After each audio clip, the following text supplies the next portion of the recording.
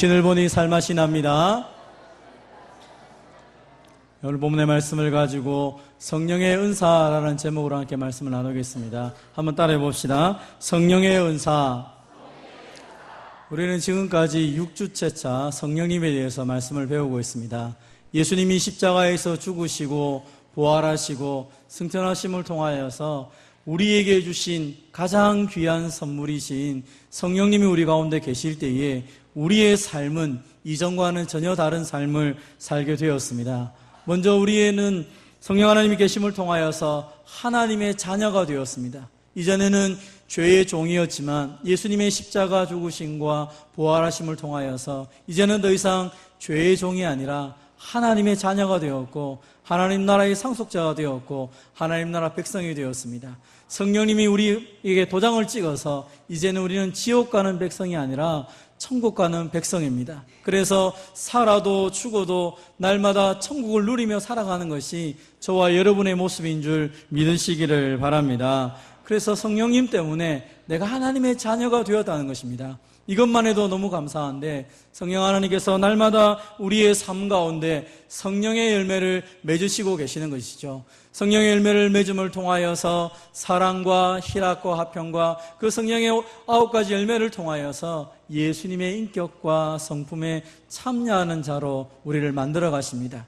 그래서 전에는 사람들이 미웠었는데 예수님을 믿고 나니까 주님의 마음을 가지고 사랑하게 되었고, 전에는 참지 못했는데 이제는 절제하며 살아가는 사람이 되도록 성령께서 우리 가운데 성령의 열매를 맺어 가시는 것입니다. 그래서 마치 예수님을 만난 것처럼 예수 믿는 사람들과 이야기하다 보면 그 예수님의 성품과 인격이 드러나는 것을 경험하게 되는 것입니다.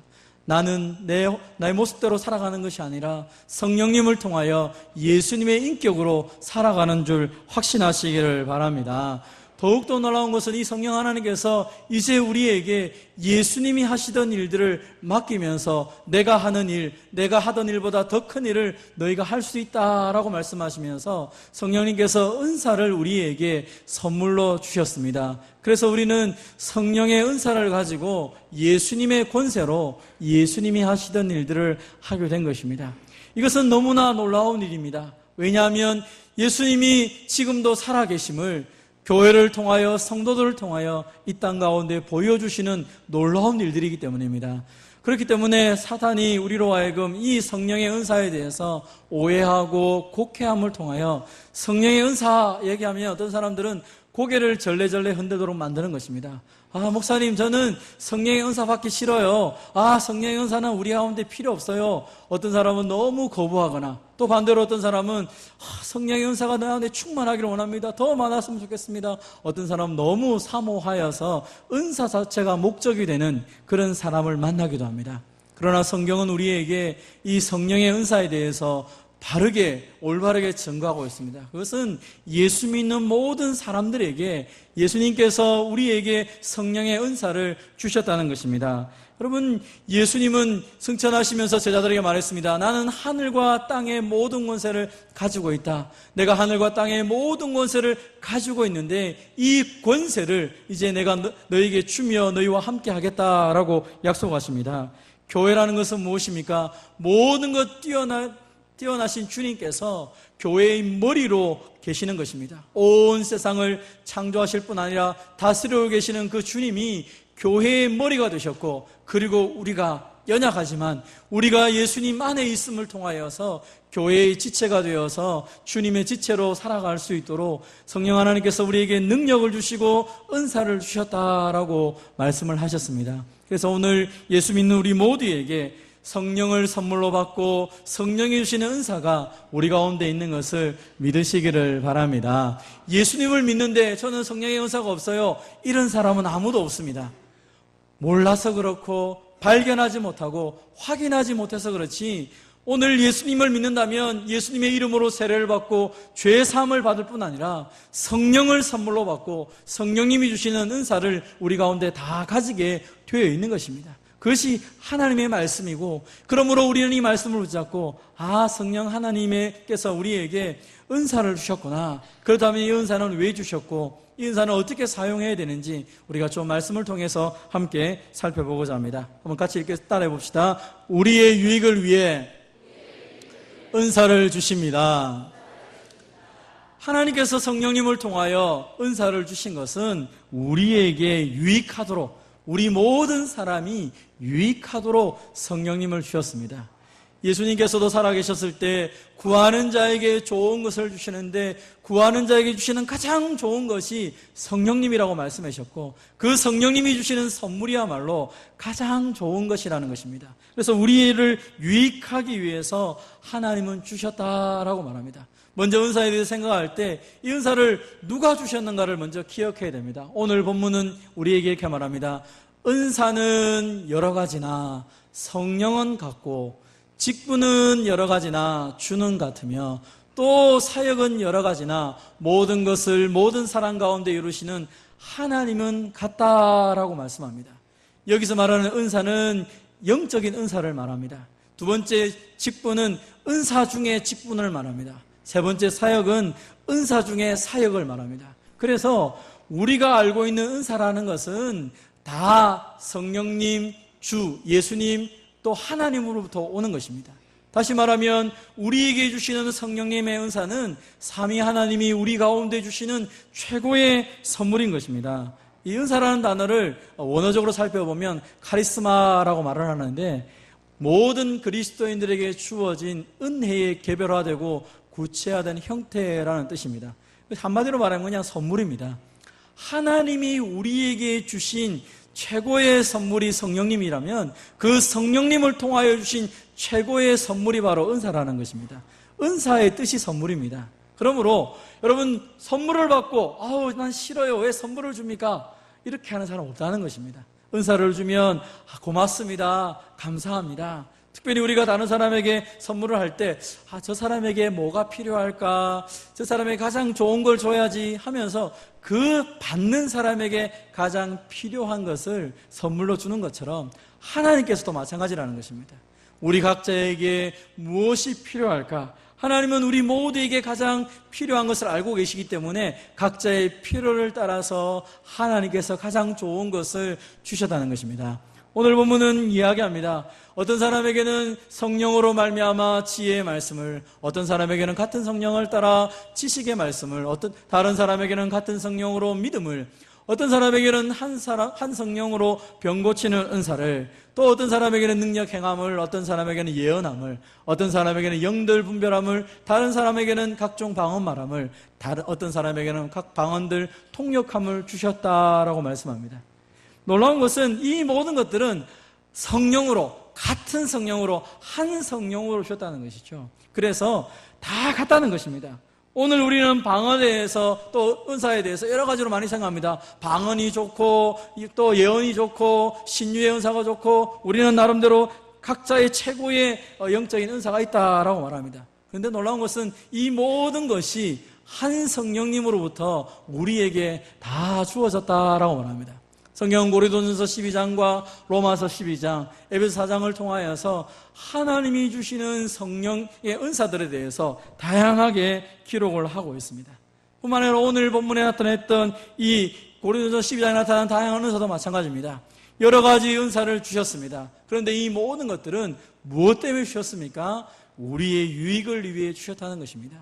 하나님께서 지혜의 말씀을 주시든지 지식의 말씀을 주든지 또 믿음의 은사를 주든지 병 고치는 은사, 능력 행함한 또 예언함의 은사를 주든지 영들 분별함을 주든지 방언함을 주든지 통역함을 주든지 그 모든 은사들은 우리의 유익을 위해 주신 것이지 하나님이 우리를 힘들게 하거나 어렵게 하거나 또는 이것 때문에 우리가 넘어지도록 주신 것이 아니라는 것입니다. 한번 따라해 봅시다. 하나님의 주권적인 뜻 가운데 각 사람에게 다양하고 알맞게 주셨습니다. 하나님이 하나님의 뜻을 따라서 각 사람에게 가장 좋은 것을 주신 것입니다. 그러므로 내가 어떤 은사를 받았는지 저 사람이 어떤 은사를 받았는지 그 은사에 대해서 비교하거나 서로를 향하여서 내가 높다 네가 높다 그렇게 말할 필요 있는 것이 아닙니다. 하나님이 주셨는데 각 사람에게 가장 좋은 것을 주셨기 때문에 우리가 받아야 될 것은 감사함으로 받고 내게 주신 은사를 발견하여서 마음껏 주님을 위해 쓸 수 있는 저와 여러분이 되시기를 바랍니다. 따라하겠습니다. 교회를 세우기 위해 은사를 주십니다. 하나님께서 여러 가지 은사에 대해서 설명하고 난 이후에 오늘 본문에서 보면 또 하나 중요한 이야기를 합니다. 하나님이 교회 중에 몇을 세우셨으니 첫째는 사도요, 둘째는 선지자요, 셋째는 교사요, 그 다음은 이렇게 설명합니다. 분명히 앞에서 말할 때는 은사의 서열에 대해서 설명한 적이 없습니다. 그런데 갑자기 교회를 설명하면서 교회에 주신 은사가 있는데 첫째, 둘째, 셋째 하면서 하나님께서 그 은사들의 서열을 갑자기 세우고 있는 것입니다. 뿐만 아니라 이것은 에베소서에 가니까 어떤 사람은 사도요, 어떤 사람은 선지자요, 어떤 사람은 복음 전하는 자로, 어떤 사람은 목사와 교사로 삼으셨다라고 말씀하면서 이제는 그 순서를 없애고 있습니다. 동일한 은사를 설명하면서 고린도전서에서는 순서를 차등을 두었는데 에베소서에서는 차등을 두지 않고 있습니다. 사도와 선지자는 누구입니까? 여러분, 우리가 보면 사도와 선지자는 에베소서 2장에 보면 이 사도와 선지자의 터 위에 교회가 세워졌다라고 말합니다. 사도와 선지자는 주의 말씀을 전하는 자들이었고 사도는 예수님의 세례와 승천을 바라본 사람들이었기 때문에 그들의 말은 기록된 계시의 말씀이었습니다. 그래서 하나님의 말씀을 증거하는 사도와 선지자를 통하여 그 말씀 위에 교회가 세워진 것이죠. 오늘날 참교회와 거짓교회를 어떻게 구별합니까? 그것은 신앙 고백을 들어보면 됩니다. 그 교회 성도들이 무엇을 고백하느냐, 그 신앙 고백을 들어보면 그 교회가 참교회인지 거짓교회인지 구별하게 됩니다. 그러면 그 신앙 고백은 어떻게 만들어집니까? 그것은 그들이 들었던 말씀에 근거하여 그들이 붙잡고 있는 말씀에 근거하여서 신앙 고백을 하게 되는 것입니다. 그러므로 말씀을 전하는 사역이 굉장히 중요했기 때문에 하나님은 이 사도와 선지자와 목사와 교사를 통하여 말씀이 증거되고 그 말씀 위에 교회가 세워졌기 때문에 다른 은사들보다 중요한 직분의 은사로 우리에게 세워주셨다라고 말씀을 합니다. 그러므로 우리의 모든 직분은 무엇 때문에 하나님이 주신 것입니까? 그것은 교회를 세우기 위해서 주신 직분의 역할인 것입니다. 오늘 특별히 이 사도와 선지자, 지금은 없지만 또 교사와 목사를 통하여 하나님이 하신 일들이 무엇입니까? 그것은 바로 성도를 온전하게 하여 봉사의 일을 하게 하며 그리스도의 몸을 세우게 한다는 것입니다. 그러므로 우리는 이 말씀을 통하여서 우리가 더욱더 온전해진 모습으로 하나님 앞에 나아가야 되는 것입니다. 그럼 하나님께서 교회의 직분을 주시고 특별히 이 말씀의 직분을 통하여서 성도를 온전케 한다는 것은 또한 무엇을 의미합니까? 그것은 같이 읽겠습니다. 시작. 우리가 다 하나님의 아들을 믿는 것과 아는 일에 하나가 되어 온전한 사람을 이루어 그리스도의 장성한 분량이 충만한 데까지 이르리니, 먼저 온전하다는 것은 믿는 것과 아는 것이 하나가 되는 것입니다.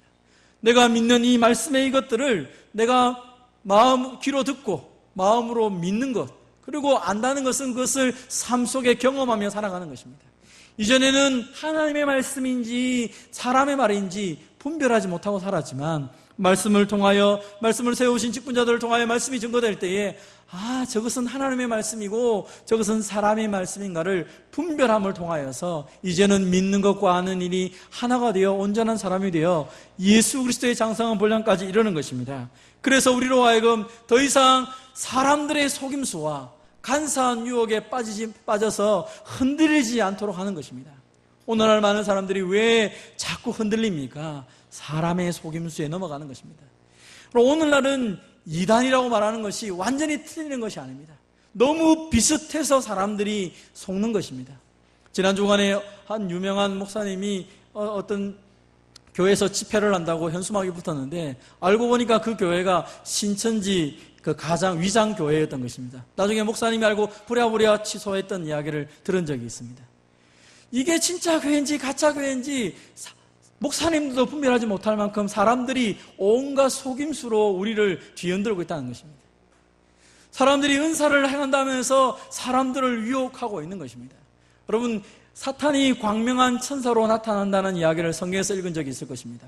광명한 천사가 어떤 것입니까? 하나님의 능력을 보여주는 그런 일들을 했다는 것이죠. 하늘에서 불이 내기도 하고 죽었던 사람이 살아나기도 하고 놀라운 기적들이 일어나겠죠. 사람을 미혹하여서 그로 하여금 믿음이 떨어지도록 온갖 유혹들을 많이 하고 있다는 것입니다. 그래서 요동치는 것입니다. 이것이 진짜인가 저것이 진짜인가 사람들이 왔다 갔다 하게 만드는 것입니다. 그래서 하나님이 교회의 말씀을 전하는 사역자들을 세우고 직분을 세워서 어린아이, 믿음의 어린아이가 아니라 성숙한 사람이 되어서 사람의 속임수와 간사한 유혹에 빠져 흔들리는 사람이 되지 말고 오직 예수 그리스도까지 성장하도록 말씀의 사역들을 계속하고 있는 것입니다. 사랑하는 성도 여러분, 우리에게 주신 직분자들, 특별히 말씀의 직분자들이 하는 역할들은 성도들이 온전하게 장성하게 믿음이 성장하여 흔들림 없이 살아가도록 하는 것입니다. 그러므로 여러분에게 주어진, 또 우리에게 주어진 그 직분을 하나님의 은사인 줄 알고 귀하게 여기면서 교회를 온전히 세우는 데 힘쓰는 저와 여러분이 되시기를 바랍니다. 따라해 보겠습니다. 교회의 덕을 세우기 위해 은사를 주십니다. 하나님은 우리에게 영적인 것을 사모하라라고 말합니다. 그런데 왜 사모해야 됩니까? 교회의 덕을 세우기 위해서, 그것이 풍성하기를 위해서 기도하고 구하라라고 우리에게 말씀하십니다. 우리가 조금 전 살펴본 것처럼 하나님께서 우리에게 각 사람에게 믿음의 분량대로 은사를 주셨습니다. 그러므로 마땅히 생각할 그 이상의 것을 품지 말아야 됩니다. 오늘 많은 사람들이 은사에 대한 이야기를 하다 보면 자꾸 남의 것을 탐냅니다. 아, 저 사람처럼 나도 병 고치면 좋겠는데, 나도 저 사람처럼 방언하면 좋겠는데, 나도 저 사람처럼 지혜의 말씀이 있으면 좋겠는데, 나도 예언하면 좋겠는데, 나도 뭐 하면 좋겠는데, 하나님은 각자에게 필요한 삶의 은사를 주셨다라고 말합니다. 이미 많은 은사들을 설명하면서 이 영적인 은사들 뿐 아니라 직분적인 은사를 주시고, 특별히 로마서 12장에서는 사역적인 은사에 대해서 설명을 하고 있습니다. 우리는 어떤 경우에 눈에 보이는 은사들이 있는 경우도 있습니다. 그러나 어떤 경우에는 눈에 보이지 않는 은사들도 있다는 것입니다. 이 로마서 12장에서는 우리로 하여금 사역적인 은사들, 우리의 삶 가운데 하나님 주셨던 다양한 은사들이 있었다라고 말합니다. 문제는 이 은사들을 사용함에 있어서 그 은사 받은 자들이 적절하게 사용해야 된다는 것입니다. 예언 은사를 받았으면 믿음의 분수대로 하나님의 말씀을 잘 전해야 될 것입니다. 이 예언의 은사라는 것은 미래를 내가 예견해서 말하는 것이 아닙니다. 성경에서 말하는 예언의 은사는 대언의 은사를 말하고, 대언이라는 것은 대신하여 말한다. 하나님이 주신 것을 내가 말한다는 의미로 이 대언, 예언이라고 표현하는 것입니다. 믿음의 분수대로 해야 되는 것입니다. 섬기는 자는 섬기는 일로, 가르치는 자는 가르치는 일로, 위로하는 자는 위로하는 일로, 구제하는 자는 성실함으로, 다스리는 자는 부지런함으로. 여기서 다스린다는 것은 우리 장로님들이 치리한다라는 의미가 이 다스린다는 것입니다. 교회를 돌아보고 누가 연약한지, 혹 불의한 자가 있는지, 혹은 어떻게 하면 교회를 세우는지 부지런하게 돌아보라는 것이죠. 긍휼을 베푸는 일은 즐거움으로 하는 것입니다. 우리의 삶 가운데 하나님께서 이 많은 은사들을 허락하셨다라고 말했습니다. 이렇게 얘기하니까 목사님 도대체 뭐라고 말하는지를 잘 모르겠어요. 좀 쉽게 설명해 주세요 라고 하는 분들이 계셨던 것 같습니다. 그래서 한 분이 이렇게 예를 들었습니다. 우리가 이렇게 예배를 드리고 있는데 한 아이가 막 뛰어나다 덜컹 이 자리에 넘어졌습니다. 그러면 성도들 머릿속에 많은 생각이 떠오릅니다. 어떤 사람은 말합니다. 아이고, 예배 시간에 애가 뛰어다니다니 저러면 안 되는데, 이렇게 생각하는 성도가 있습니다. 또 어떤 사람은 아이고, 애가 넘어졌네, 뛰어가서 아이를 안고 어디 안 다쳤니? 이렇게 말하는 사람이 있습니다. 어떤 사람은 벌써 저기 뛰어가서 약을 가져오는 사람이 있습니다. 다 다르게 생각하고 다르게 행동합니다. 다스리는 은사가 있는 사람은 말할 겁니다. 아이고, 애가 넘어졌으니까 앞으로 저런 일이 안 생기도록 애를 지도해야 되겠구나. 다스리는 은사가 있는 사람이 그렇게 얘기하는 것입니다. 긍휼력 있는 은사는 뛰어가서 벌써 아이를 안고 있는 것입니다. 너무 불쌍해서 아이를 안고 있는 것입니다. 위로하는 사람은 말로 합니다. 아이고, 아이가 힘들 텐데 엄마한테 찾아서 엄마 힘들지요, 애가 어려워서. 각자 사람들이 자기가 받은 은사를 따라서 행동하게 되어 있습니다. 놀라운 사실은 하나님이 이 모든 것을 통하여 교회의 덕을 세운다는 것입니다. 서로를 위로하고 서로를 세운다는 것입니다. 그럼 우리 한번 따라해 봅시다. 은사를 비교하지 마십시오. 오늘 12장에서는 이 은사를 비교하는 사람들에 대해서 얘기합니다. 눈이 손을 보고 내가 너는 쓸데없다 이렇게 말해서는 안 된다는 것입니다. 눈이 말합니다. 너는 보지도 못한 이 손이 뭐 쓸모가 있어. 에이, 손 잘라버려. 그렇게 되면 어떻게 되겠습니까? 본다고 해서 아무것도 못할 것입니다. 머리가 말합니다. 아이고, 이 저 발은 생각도 못하는데 발 잘라버려야겠구만. 그렇게 말하면 어떻게 되겠어요? 걷지도 못하고 사람이 이상하게 되겠죠. 손은 눈 때문에 귀하고, 눈은 손 때문에 귀하고, 머리는 발이 있기 때문에 걸어 다닐 수 있고, 발은 머리가 있기 때문에 생각하니까 움직여지는 것이죠. 모든 것이 조화롭게 함께 움직여야 사람이 사람답게 살아갈 수 있는 것입니다. 같이 한번 읽겠습니다. 시작. 만일 한 지체가 고통을 받으면 모든 지체가 함께 고통을 받고, 한 지체가 영광을 얻으면 모든 지체가 함께 즐거워하느니라. 너희는 그리스도의 몸이요 지체의 각 부분이라. 아멘. 그래서 우리는 생각해야 됩니다. 하나님, 우리 형제에게, 우리 자매에게 저런 귀한 은사를 주셨군요. 너무 감사합니다. 은사 받은 사람은 겸손하게 섬기고 또 서로를 향하여 축복하고 각자에게 있는 은사를 마음껏 발휘해서 교회가 힘있고 살아 움직이는 예수님의 일들을 감당하도록 우리는 각자의 역할들을 감당해야 되는 것입니다. 연약한 성도들이 있을 때마다 위로해주고 함께 기뻐하는 성도들이 있을 때마다 함께 기뻐하며 즐거워하는 것이 바로 교회입니다. 왜냐하면 우리가 예수님의 몸이요 각 지체이기 때문입니다. 같이 한번 따라하겠습니다. 사랑함으로 은사를 사용해야 합니다. 하나님께서 많은 은사를 주신 것은 은사를 사용할 때 그 근본적인 마음이 사랑으로 시작되어야 된다는 것입니다. 어떤 사람은 얘기합니다. 아이고, 내가 병 고치는 은사가 있으니까 나한테 기도하러 받아와. 내가 다 병 고쳐줄게. 말을 합니다. 그리고 내가 기도하니까 병이 나았네. 할렐루야. 하나님, 내가 이렇게 위대한 사람입니다.